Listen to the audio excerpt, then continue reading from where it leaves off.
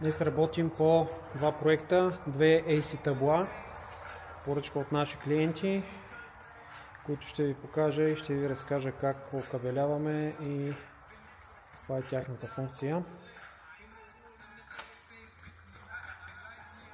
Ето всъщност в момента е закачена апаратурата като табло 40х60, в което това е само AC част с трифазен умшалтер, трифазна инсталация, трифазен умшалтер с автоматичен и ръчен режим, 3 автоматични предпазителя, 3P+N, както е по инструкция на производителя на инвертора. Имаме AC арестор за AC страната и клеми. Ние реално използваме всъщност тези като най-добри, които сме намерили в момента.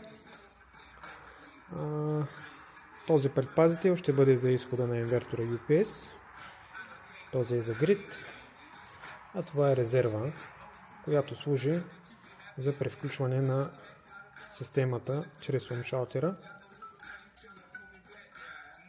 от инвертора, прехвърля товара директно към мрежата.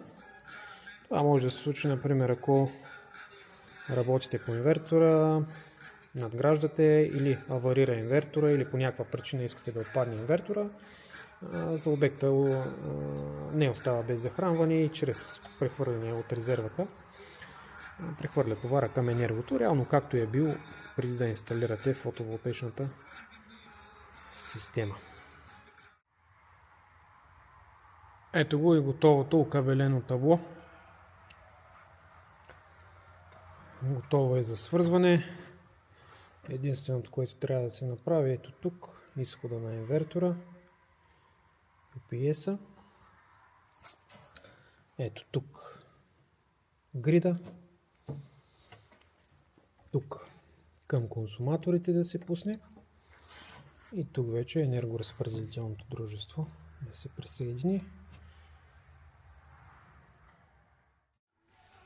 Ето го и второто таблоце за втория клиент. Идентично.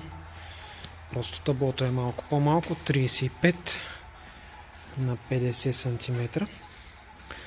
Пак с умшалтер. Същата конфигурация.